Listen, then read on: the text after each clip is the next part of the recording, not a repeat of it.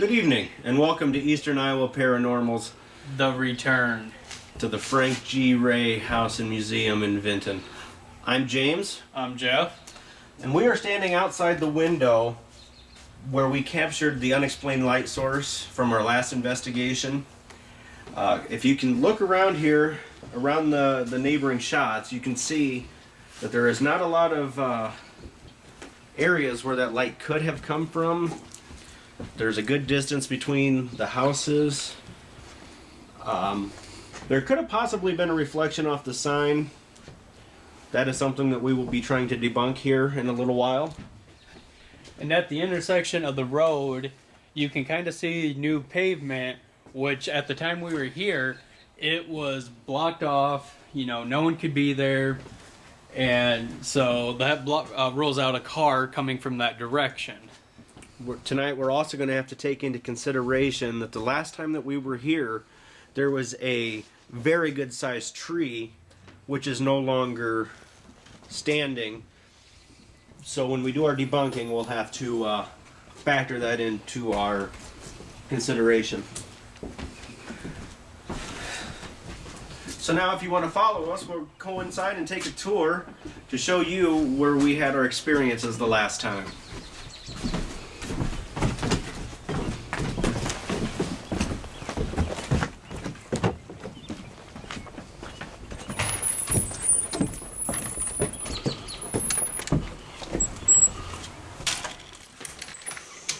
Okay, we are now in the sunroom of the Ray house, which is not an original part of the house.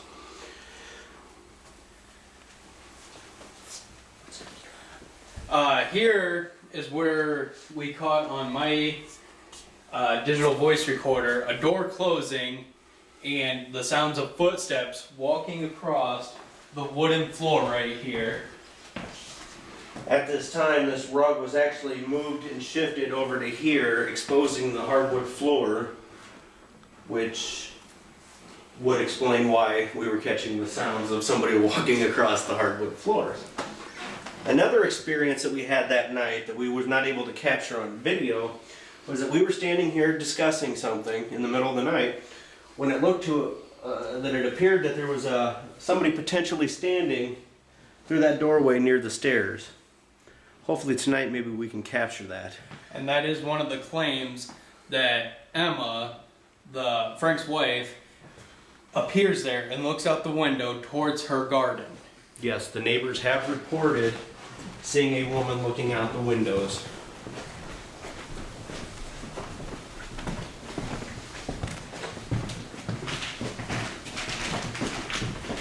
The reports here is that there has been reports of a woman or a female figure standing here overlooking what would have been her gardens at the time that she was alive and lived here. So we'll have a camera covering this area here tonight to see if we can't capture a full body apparition. And in this room is where Frank had his funeral, and it was in this area. And also that night we had a flashlight which we were communicating with Emma, and also during the night we had the Frank's box going. Was it the Frank's box or was it the light? That we asked a question who it didn't like, and it responded to James, and also it told James to leave, which James did, and we continued our session and we were still getting responses to us. Obviously the entity does not like James, so hopefully him being here again tonight will stir some stuff up for us. And over here in this section, right behind where Jeff was standing, is where we are calculating the light source would have actually have been happening. It would have been coming on. In that video, there was reflection off this edge of this record player here. So we're calculating that the light would have been somewhere in and around here. So this is where we're going to try to focus on doing a recreation, as well as recording the entire night on this area, hoping to capture it yet again. And over here on the piano is where we had the camera set, to be able to focus in on this room and that's where our camera was set up to catch that light. Okay, next we'll go to the basement.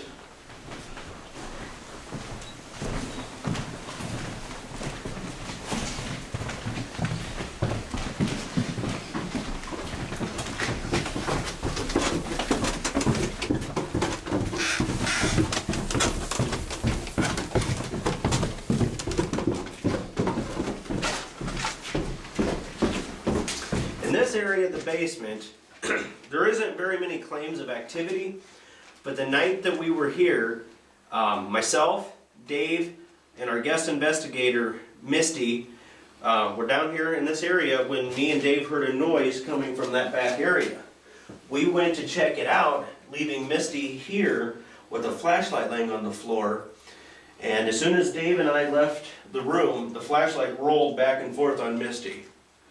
So tonight we'll have a couple of female investigators with us.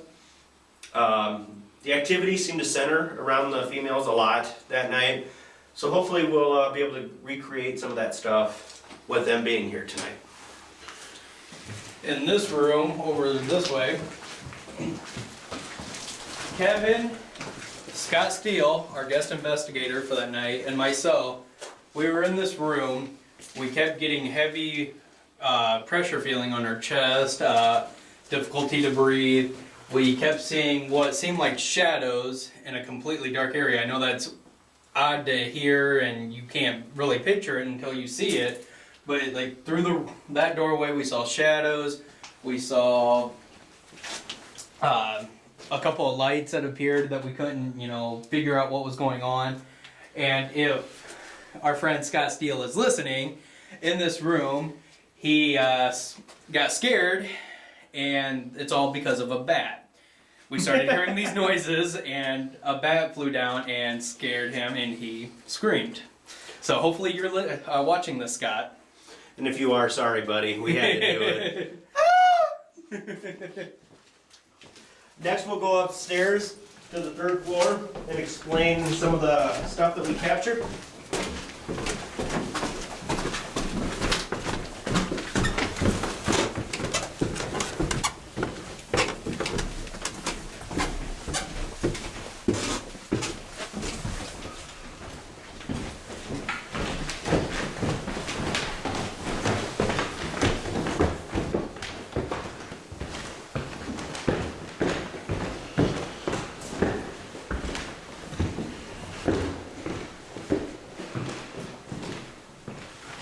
This bedroom here is the master bedroom of Frank and Emma Ray.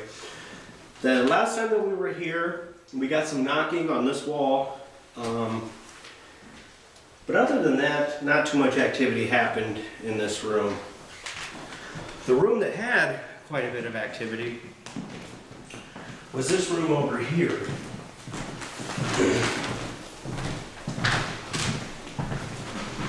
In this room, there is a lot of storage of some old Masonics stuff. Frank was the president of the bank for a short while in Benton, and the last time that we were here, we captured what sounded like a residual haunt of somebody playing with coins over here on this desk. We had a recorder left in here, and periodically at different times in the night, you could hear what sounded like somebody playing with coins. So hopefully we'll be able to capture that again tonight. For my experiences up here, upstairs, I really didn't feel anything, didn't experience it. So for me, nothing really happened up here. It was all main level, down in the basement for me. What is interesting about this area tonight is that recently the Frank Ray house started undergoing some renovations. So in the last month or so, they have been tearing out old walls, trying to restore the house to its original look. So hopefully that will stir up some of the activity. Maybe the Rays like it, maybe they don't. Hopefully we'll find out. But if you want to get a shot of this stuff, Kevin.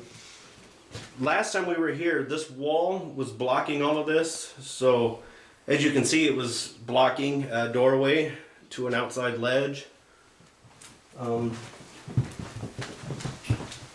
Back here is just some other storage rooms. This stairway leads back downstairs. So that, in a brief nutshell, is the grand tour of the Frank Ray house. So stay tuned. We'll see what we can catch you. Thank you. Thank you.